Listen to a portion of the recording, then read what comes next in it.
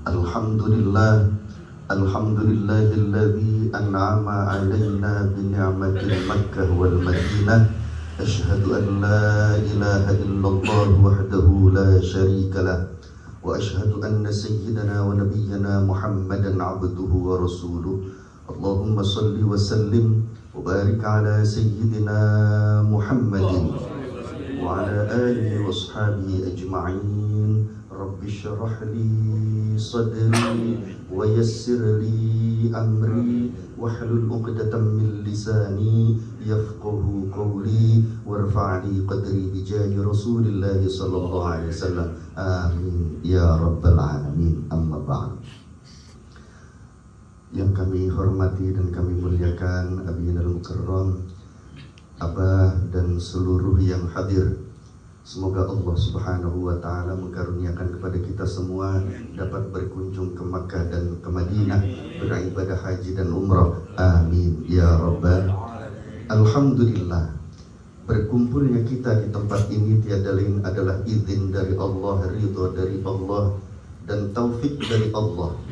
Maka semoga dengan bersyukur atas hidayah taufik dari Allah, inayah dari Allah, maka Allah berkenan untuk mengistiqomahkan inayah dan hidayah taufik itu sampai kita semua kembali kepada Allah Subhanahu wa ta'ala. Amin ya rabbal alamin.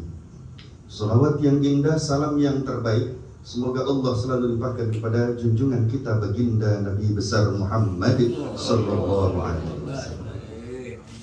Hadirin yang dimuliakan Allah, perjalanan haji dan umrah itu Allah Subhanahu wa ta'ala sudah menyebutkan di dalam firman-Nya di dalam Al-Qur'anul Karim surah Al-Baqarah ayat 158.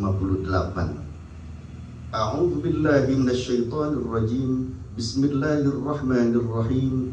Innas safa wal marwata min sya'airillah. Faman hajjal baita aw i'tamara fala junaha. Sesungguhnya Safa dan Marwah itu adalah min sya'airillah, sebagian dari syiar-syiarnya Allah. Syiar Allah itu banyak.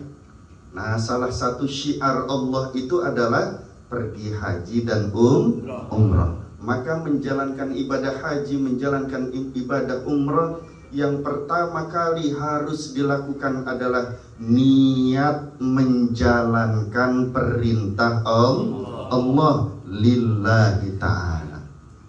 Jadi menjalankan perintah Allah untuk beribadah haji dan umrah lillahi ta'ala, inilah yang nantinya menjadikan amalan kita itu bernilai takwa di hadapan Allah Subhanahu wa ta'ala. Karena takwa isinya adalah menjalankan perintah Allah dan meninggalkan yang dilarang Allah karena Allah.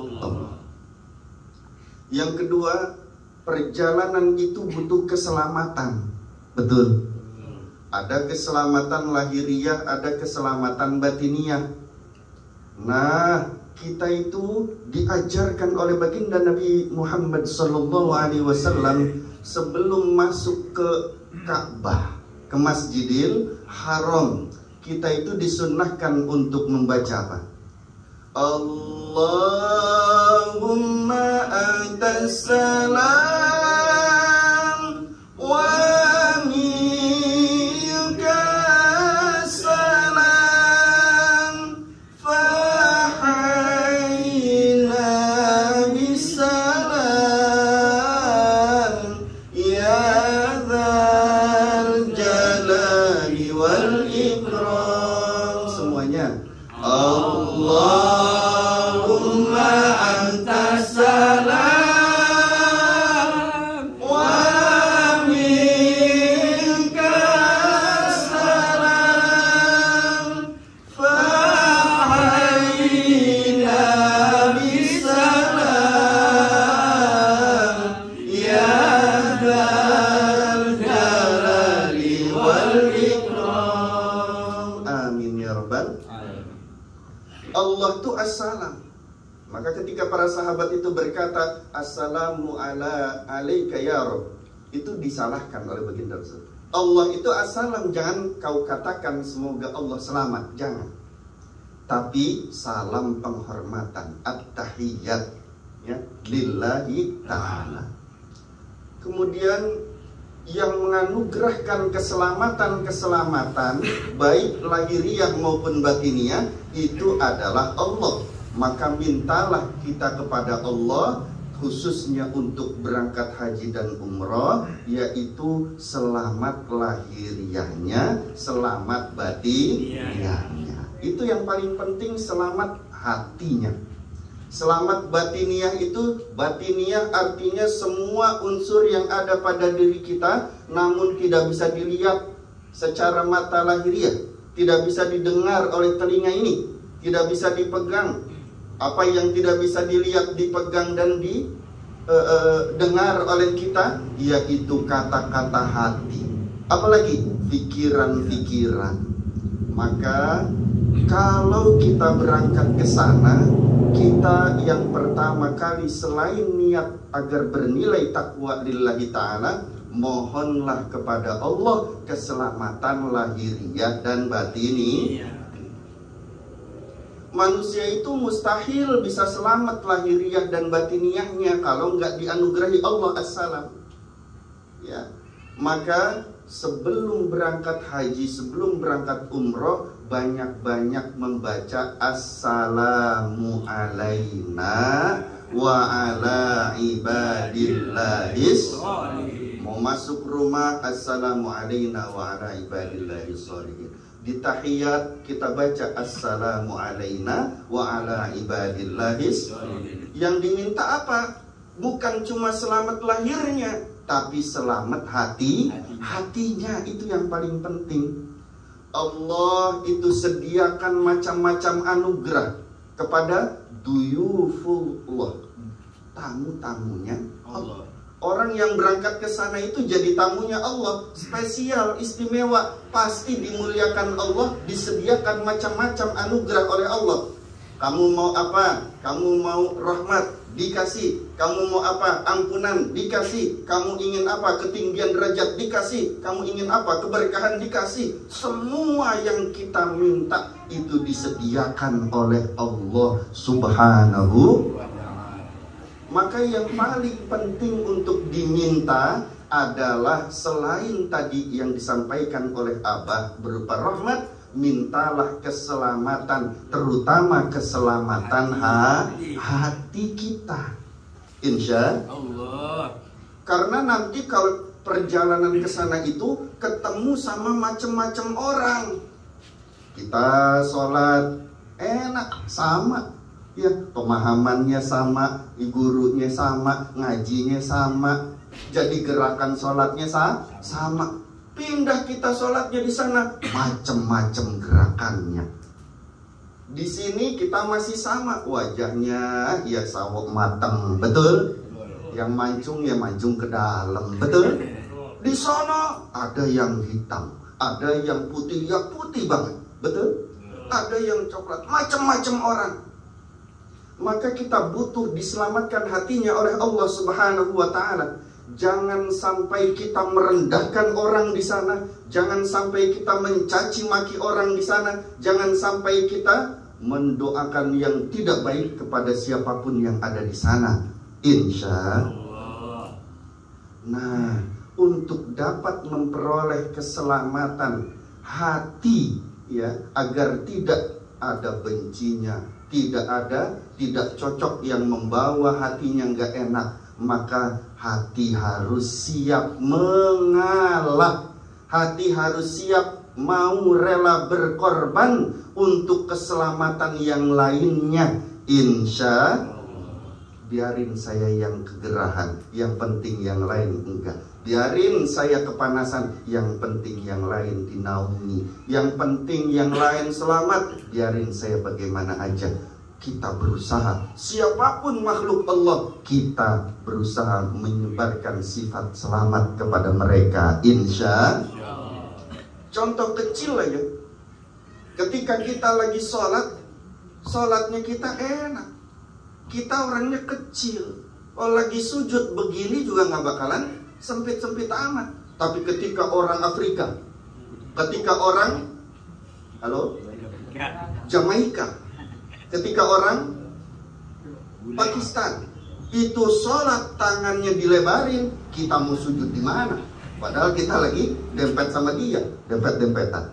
Ya, ketika sujud Allahu Akbar, dia begini, kita mau sujud di mana? Di kolongnya. Betul. Nah ini hatinya nggak boleh kesel, hatinya nggak boleh nggak cocok, yang mengakibatkan benci. Apalagi mendoakan yang tidak baik. Nah karena Allah sediakan banyak anugerah di sana, maka perolehlah anugerah-anugerah Allah itu. Ya, yang tadi selamat hatinya, minta rahmat, minta diampuni. Ya, jangan lupa setiap kali berada di Makkahul Mukarramah, lakukan juga penebusan hutang di hadapan Allah.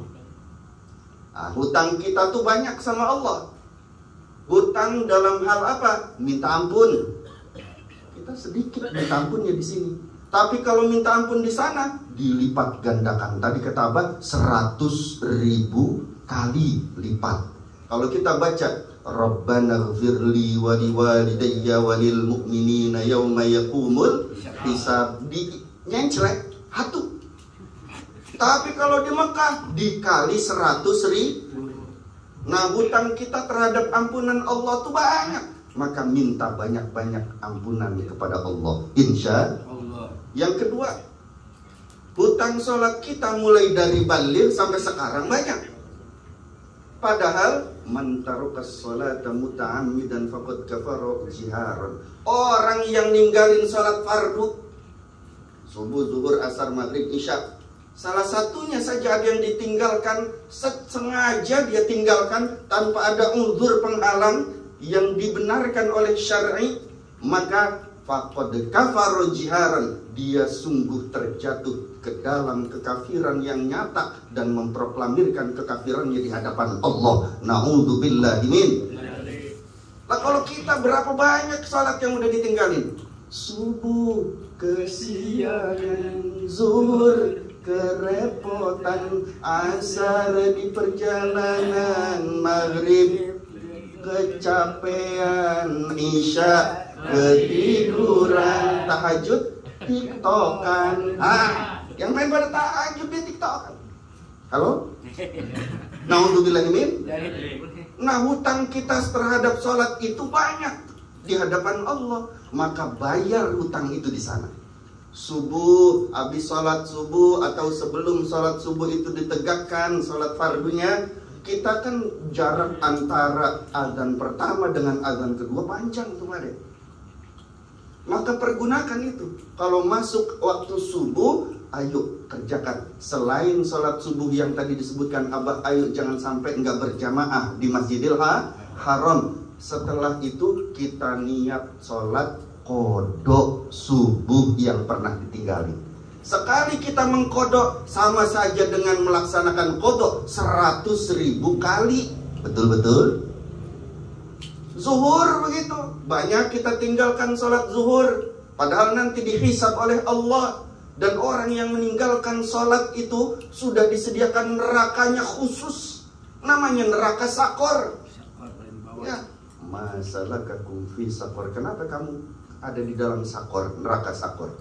Qalu lam nakum minal musallin, karena kami tidak sholat, kami meninggalkan sholat. Jadi orang yang ninggalin sholat nerakanya khusus, istimewa. Begitu pula orang yang sholatnya, kualitasnya tinggi di hadapan Allah, juga derajatnya di surganya tinggi, insya Allah. Jadi satu-satu waktu yang sholat itu semua, ayo dibarengi dengan niat qodok sholat fardunya, insya Allah. Contoh, kalau sholat zuhur, habis sholat zuhur berjamaah di Masjidil Haram, yang lain pada sholat sunnah, kita sholat qodok zuhur dulu. Ya, kalau yang biasa bareng-bareng, misalnya jadi makmum, usolli fardhu zuhri arba'ah raka'atin mustaqbilal Ka'bah. Tuh Ka'bahnya dari situ. Ketika kami belajar kepada Kiai Turmudi rahmatullah alaihi wa nafa'ana bihi wa bi'ulumi fid darini amin ya rabbal. Beliau katakan kalau udah melihat Ka'bah kiblatnya diganti, jangan mustaqbilal kiblat tapi mustaqbilal Ka'bah. Maka siapapun yang pernah datang ke sana, pernah ngelihat Ka'bah, ganti mustaqbilal Ka'bah karena Ka'bahnya harus kelihatan. Insya Allah. Ya. Mustaqbilal Ka'bah kan kalau yang bareng-bareng adaan makmuman lillahi ta'ala. Habis itu selesai sholat kita berdiri lagi sholat qada zuhur. Usolli fardhu zuhri arba'a raka'atin mustaqbilal Ka'bah. Ya. Apa sononya? Qadaan bukan makmuman, enggak ada. Qadaan lillahi. Ganti asar juga begitu. Habis sholat asar berjamaah kita kodok sholat asar satu. Insya ya. Kita di rumah jarang sholat sunnah rawatib, qobliyah, ba'diyah. Sono jangan sampai enggak. Walaupun cuma sekali lakukan. Karena nilainya dikalikan 100.000 kali lipat. Di rumah jarang kita baca Quran, baca di sana. Satu huruf orang yang baca Quran itu menurut Rasulullah SAW nilainya adalah 10. Al-alifu 10, lam 10, mim 10. Kita baca dinyenclek alif lam mim. Udah 30 dosa diampunin Allah. 30 kebaikan diberikan Allah. 30 derajat dinaikkan derajatnya mendekat kepada Allah. Tapi ketika alif lam mim kita baca itu di Masjidil Haram, alifnya 10 dikali 100.000 berapa tuh satu huruf? 1 juta. Jadi kita ngucapin alif lam mim sudah berapa juta? 3 juta. Betul. Jadi jangan sampai kebaikan-kebaikan yang kita lakukan itu dikalahkan oleh keinginan-keinginan duniawiyah. Belanja, bayar banyak, beli teko, beli ini, beli itu, itu nanti kalau udah mau pulang, insya. Tapi selama di sana sibukkan untuk mendekat kepada Allah, terutama kalau di Mekah, mohon keselamatan hati dan kesucian hati, insya. Tadi zikir yang diajarkan Abah itu jangan sampai lupa dibaca, ya. Yang kedua ketika di Madinah. Ya, yang harus banyak dibaca tadi menurut Abah adalah sholawat.